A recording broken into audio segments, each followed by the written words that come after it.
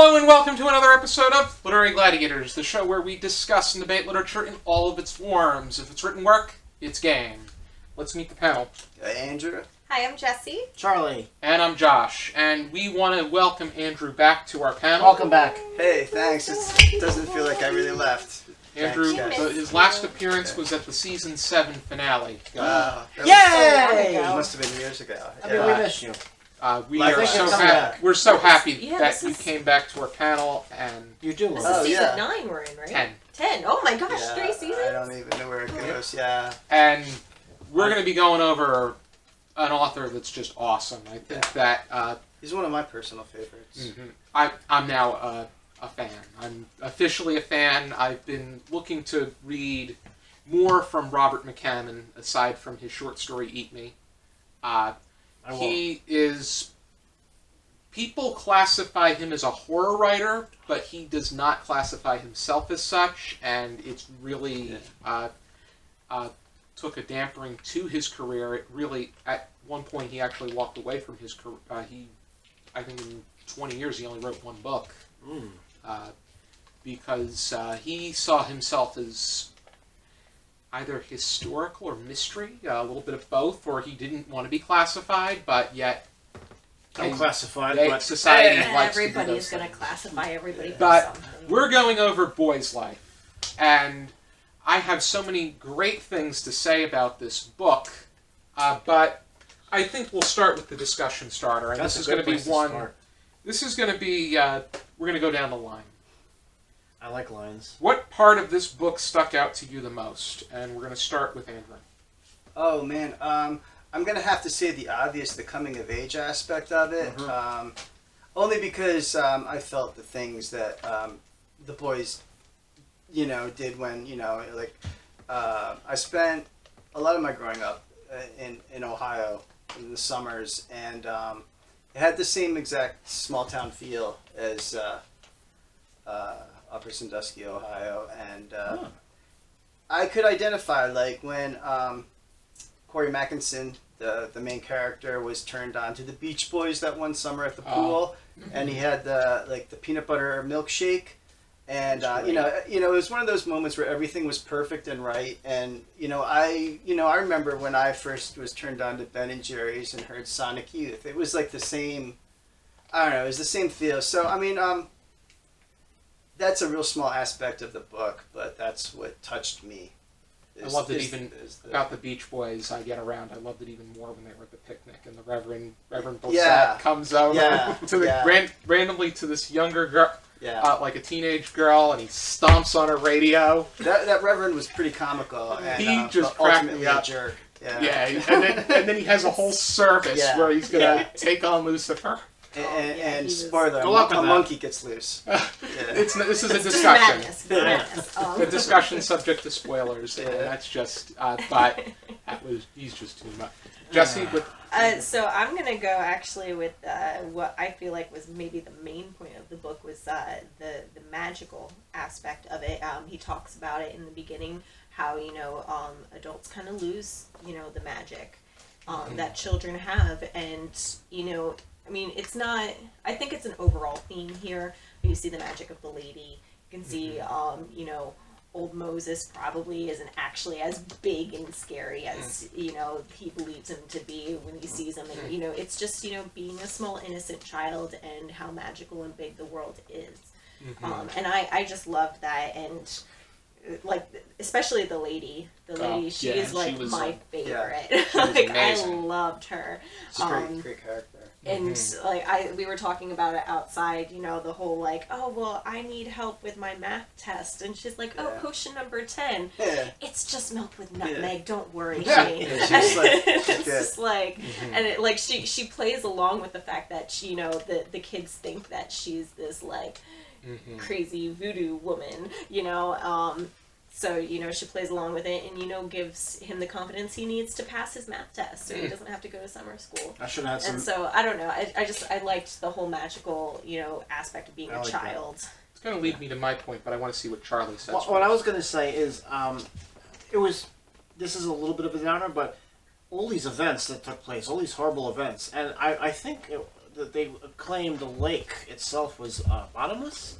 Mm-hmm. I just found that to be completely and totally intriguing because, like, kind of like my stomach. I keep eating and eating and eating. It was more like in Willy Wonka and the Chocolate Factory. Oh, I love the that. ceiling.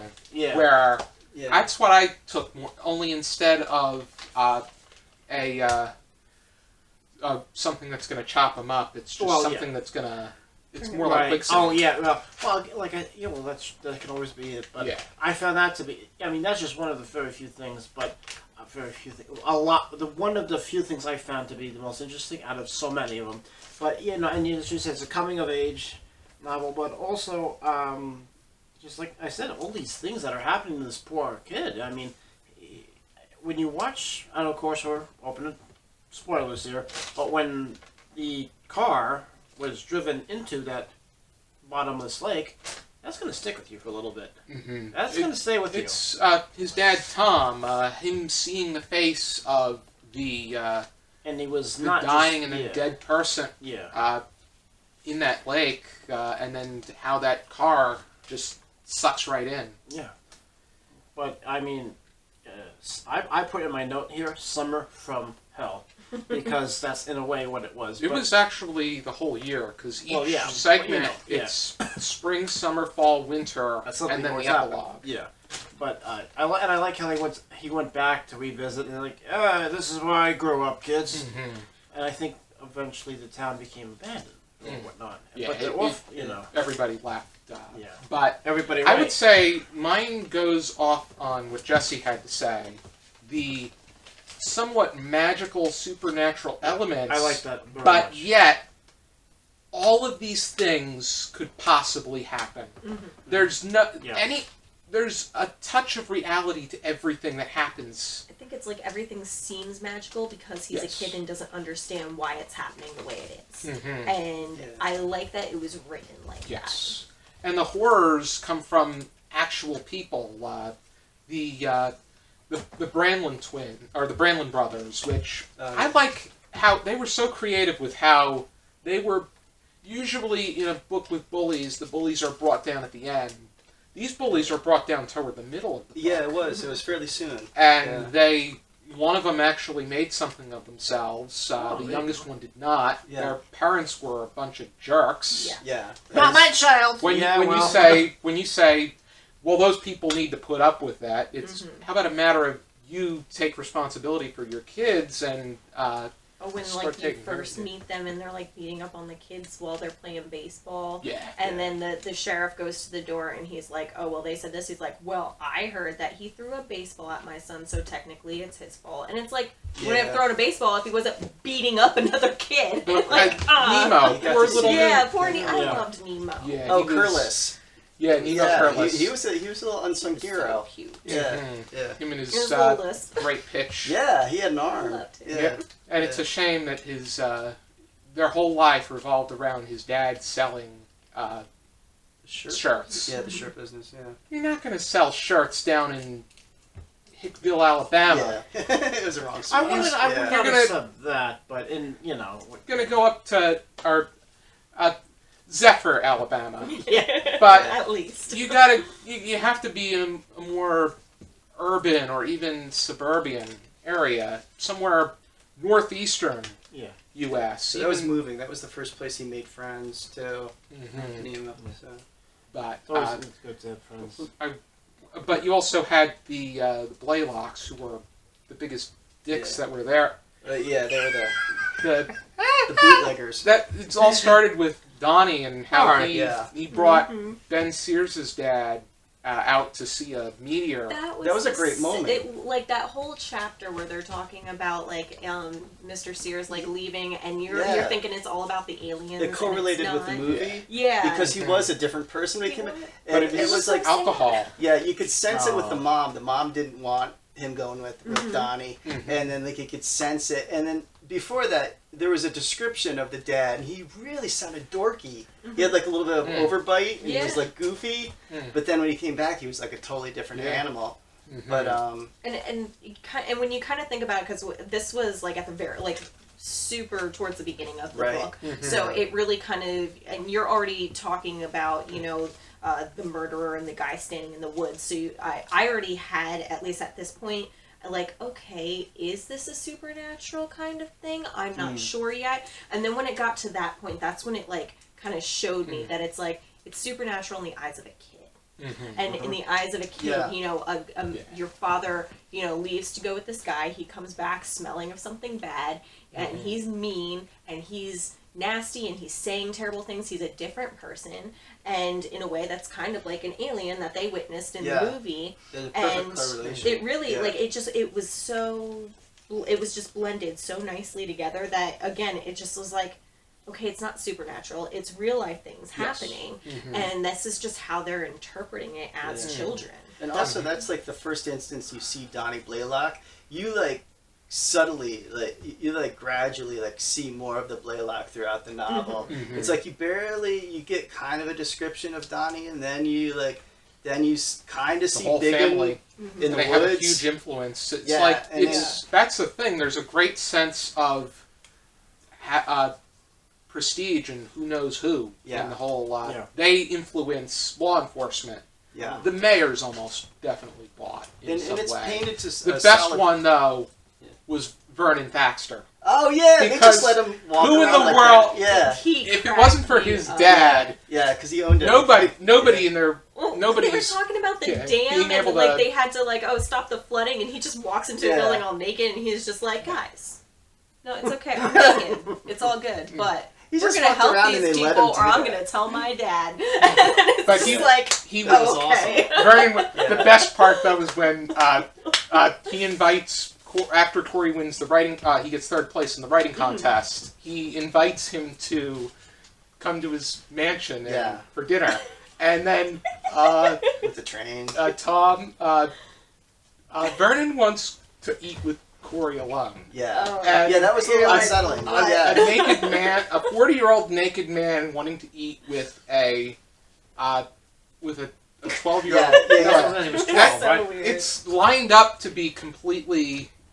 You want to jump to that conclusion, pedophile, but in actuality, he's just anywhere near that. He's just I hate to put it this way, he's a man-child. He never grew up fully. But the sad part, though, is Vernon he published a book of his own, but it never went anywhere.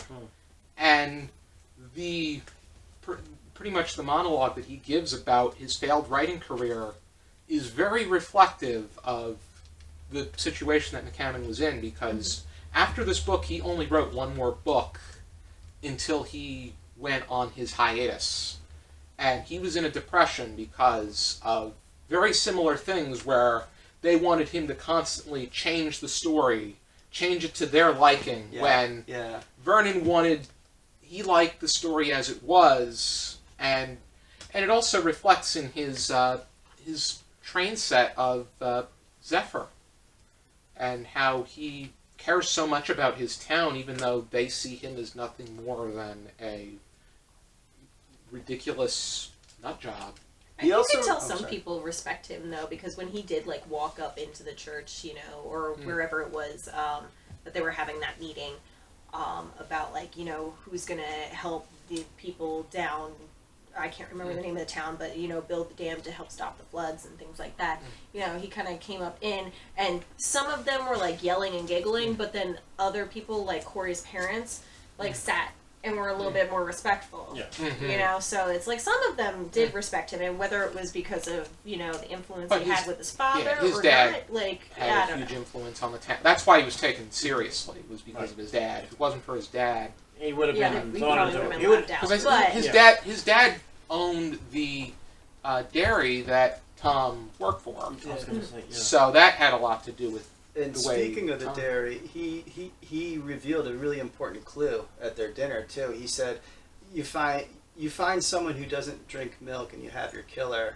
Oh, and that. Well, I don't drink milk because they have no regard to the milkman. Well, they didn't know the route at the beginning of the story, so that plays in with the end. It is very interesting how that. But that's the whole thing.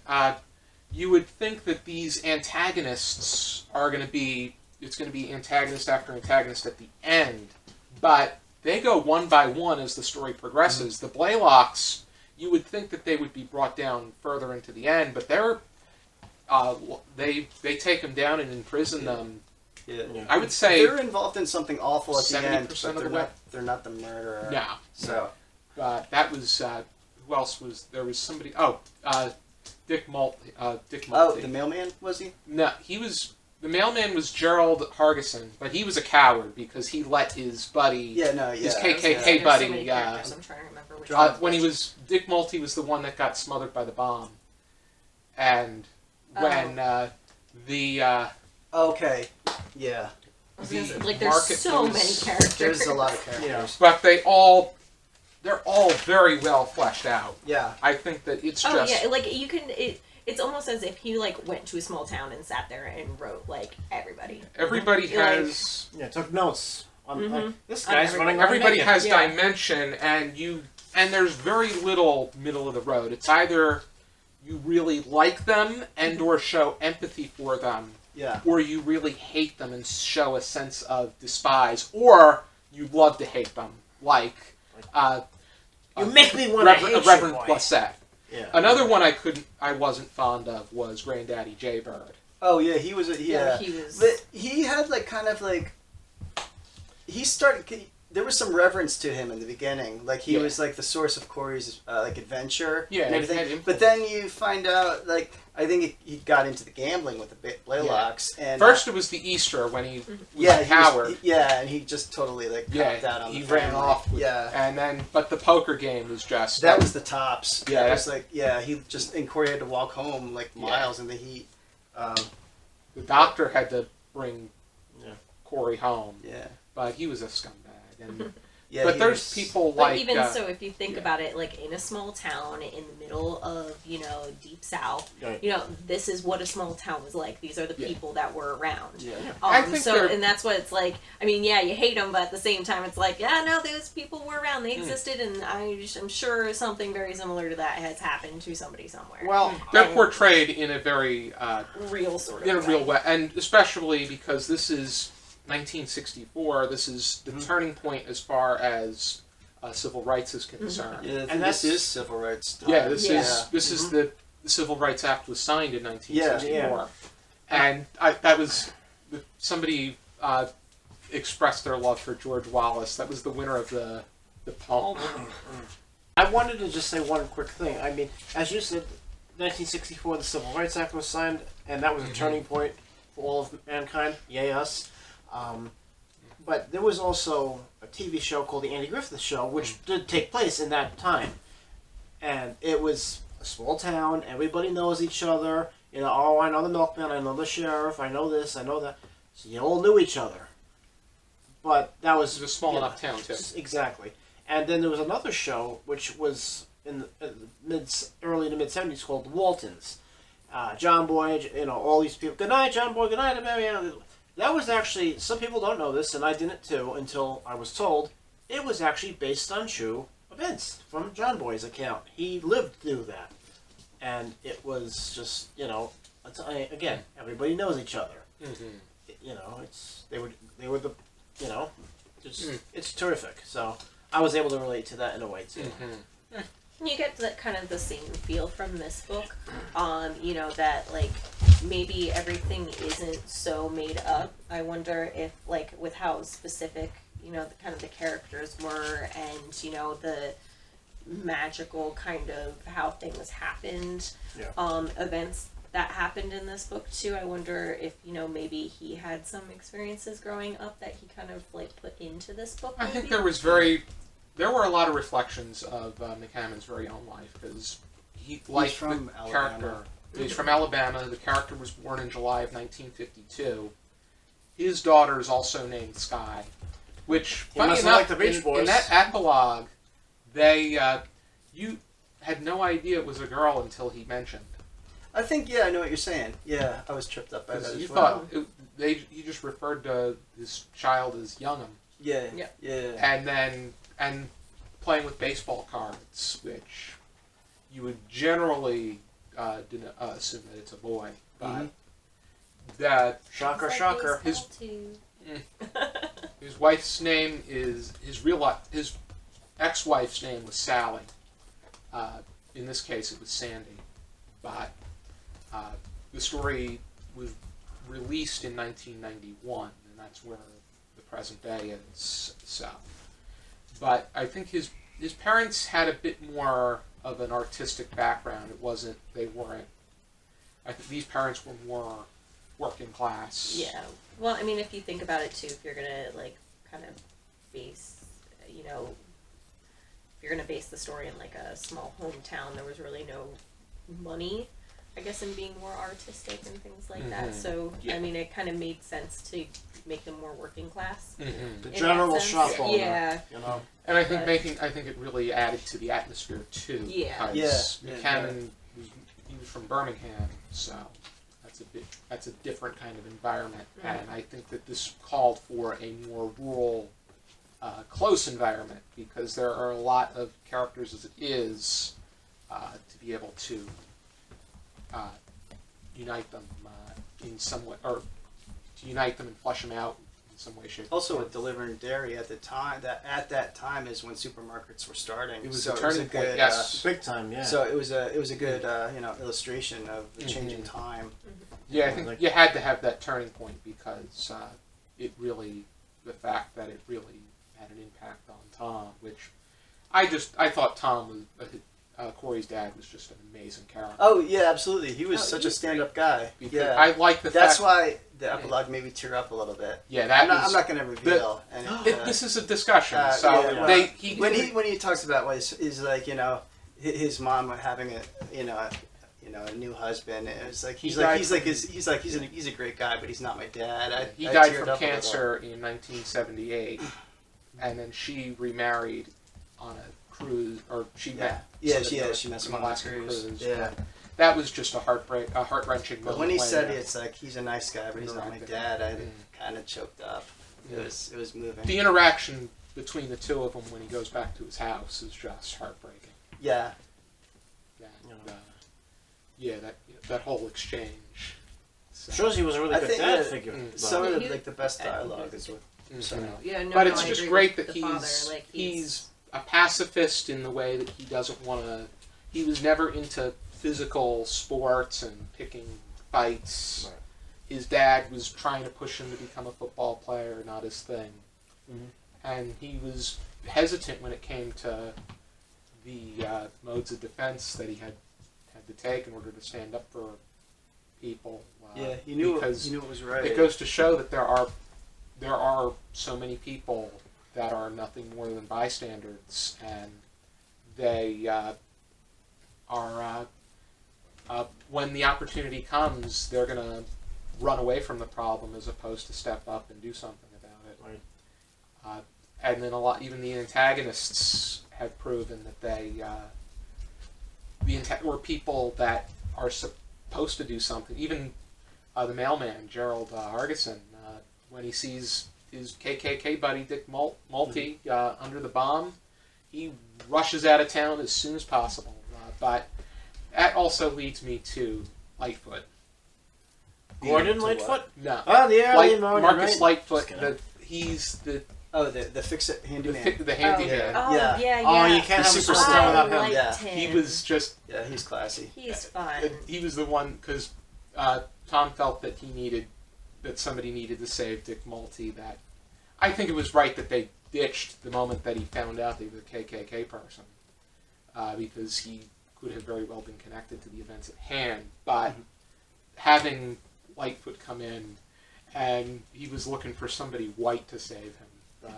But then he became remorseful, because when he helped him out, he was going to bomb down. He was going to blow up the Civil Rights Museum, but he tried to reverse it, and Lightfoot said it was already done. So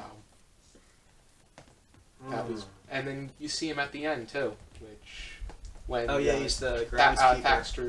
Baxter's mansion became an orphanage. And I think, and then you meet, who's that girl from the woods? Willow. Child Willow. Yeah. Yeah, it was her son, who was, Yep, he ran the, I liked that little girl from the beginning, who was like really weird. Oh, the demon. Yeah, yes, she was awesome. She was like, yay, wasps! They're like stinging everybody. At first, I was like, what is wrong with you? At first, I couldn't stand her. You're gonna get attacked. I didn't like her first, but then I developed the liking when she cracked me. She did nothing more than develop a crush on Corey, and then Corey was nice enough to leave her a birthday card, an anonymous birthday card from the whole class, but yet she probably knew. A lad divine, in order to impress the girl, said that he was the one that did it. That's right. And when she finds out, she starts running after him, and Corey is relieved. Well, if a girl starts running after you, especially one nicknamed Demon. And she brings in squirrel heads. Yeah, it's like floods the girls like, down. we're not. I don't think we're meant to be too. You know, like I think she became like this advanced chemist at the end, and then I feel like makes sense. I'm sorry. And then, but then she like later became a performance artist. And I was like, oh yeah, that's her. Yeah. But it was interesting. The whole his friends who were, I think, just ordinary, not really ordinary peers. They had dimension to them, but yet they played like any peer would. Like I said, I feel like if somebody told me that, what's Robert? Is it Robert, the author? Yeah. Okay. For some reason, I keep wanting to say Richard, and I know it's not Richard. But if somebody told me that he just went to a small town and literally just like wrote down what he saw and who the people were and how they acted, like I would not have been surprised. I felt like this was like it was such a real place, and these people were so real, and like you could just see it all. Like, they all had, like, great personalities. And by great, I mean that they had personalities. I feel like you can read some books where it's like you just have a character and they're just there. Yeah. Whereas they were all people, like, real people that you could actually run into. And this is the character's able to drive the setting. Yeah. And I think somebody, I went to see a playwright speak, and he said that character is all. And in this case, it's all character is all, and all by all I mean all the characters. I was able to picture everything that went on in this book very vividly because of and it wasn't even so much like how he described it. I feel like he didn't really go like super in depth with anything like specific, but like because of the characters that were there and like how they reacted to certain things and the certain events that were I was just able to picture everything without the excessive detail that I usually like in books. And it doesn't even matter if there's any. I think it doesn't matter the flaws. It doesn't even matter. Yeah. And I think that's what makes a good book. And something something that I wanted to bring up. I know that it would take years to go through all the characters, but the Lysanders, or the that's what they go under in Zephyr. At what point did you feel that they were the ones that... I did not. How do you remember that came all up of on these me. names? Like, I don't remember. I had the whole thing painted. It was some assemblage of the Blaylocks. I had no clue. To me, I think it was once it was mentioned that they that this person that killed when they were in the Bright Star Cafe, I did. Yes. That's there's two times that the reader is in the Bright Star Cafe, and those two times hold the clues to the murder. The fact that they were from Holland, I think that's that was with the tattoo. But then with like the Dawn in the Dark and the Down in the Dark, and it's like okay, but like up until that, it was such a solid. Like all evidence was towards a Blaylock or an assemblage of them, but up until then I had no clue. But even still, I was immersed. Yeah. Oh yeah. It was. It didn't really matter at this point. It wasn't about figuring out who it was. It was about being engaged in the story and it's absolutely it hits you right in the face. It's wait a minute now. What did I just read? Gotta go back like and how reread they go it. kind of like in and out, like because in a lot of stories about trying to figure out who the murderer is and stuff, you kind of forget that life goes on. And like this was one of those stories where it's like, okay, yeah, a murder happened, but life went on for everybody, and nobody was like, drop everything and find the murderer. It was like, life went on. Mm-hmm. If anything, and then it kind of like went in and out. It was like, oh yeah, that murder happened at the beginning of the book. Yeah. Like, we gotta find out who that murderer is. And it's like, oh, there's that guy running towards my dad with the flashlight during the flood and things like that. And, you know, like all those, like, you just kind of like were reminded by it. That was a great scene. And he went in the mayor's office, and it was just lightning. Yeah. And then you saw just quick... It was just like from a movie. You saw like the lightning flashes, and then you saw like the feather in the closet. It was so well done. Yeah. That was just that was a good the whole... scene. And the influence on the authorities, the people that you think are supposed to be in charge, are really being... The strings are being pulled by other forces, be it the lady has a sense of ceremonial... authority, or the lobbyists per se in the Moonshiners, in the KKK, and whatnot, the people that bribe the authorities into making things seem much more complicated than they really are. But do we have any final thoughts? Excellent read. Excellent. Yeah, I enjoyed it very much. Ready? I do have a final tidbit that I discovered when I was reading that. Is that there's a difference? Is that Lyndon Johnson had a cook, a really close personal family associate, and she babysat, and she was essentially part of the Johnson's family. She was incredibly instrumental in providing insight into the plight of African Americans for the civil rights, and ultimately she was a good portion responsible for the signing of the Civil Rights Act, and her name was Zephyr Wright. Pleasure. Thank you. And I am going to hazard a guess there's no small coincidence that the town was named Zephyr. So it is a fictional town. Yeah, because Zephyr, Alabama is Interesting. Not really. So I'm pretty certain that's where the name came from. That's. Alrighty then. How are we going to rate this on a 0 to 5 scale? Half stars permitted, Andrew? Yeah, it's 5. I'm going 4.5 for this one. I really enjoyed it, like, very much. It's a good book. 6. Oh wait, I'm sorry. Well, hey, I would 5. This is getting a solid 5. This was just like me. 4.5. I'm sorry, guys. This was just amazing, fantastic, magical. I was immersed. I felt attached to this story, these characters. It was worth reading this in.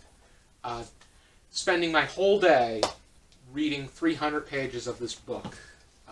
But in the world, in the world of horror, he wouldn't identify as such, but if you love Stephen King, you're going to love Robert McCammon as well. We guarantee it. He is a chocolate chip cheesecake as far as writers are concerned, especially when it comes to speculative fiction. I love cheesecake. Because his writing is just so rich and meaningful, and yet it has that essence of the speculative genres. And this is just... I want to read more from McCammon.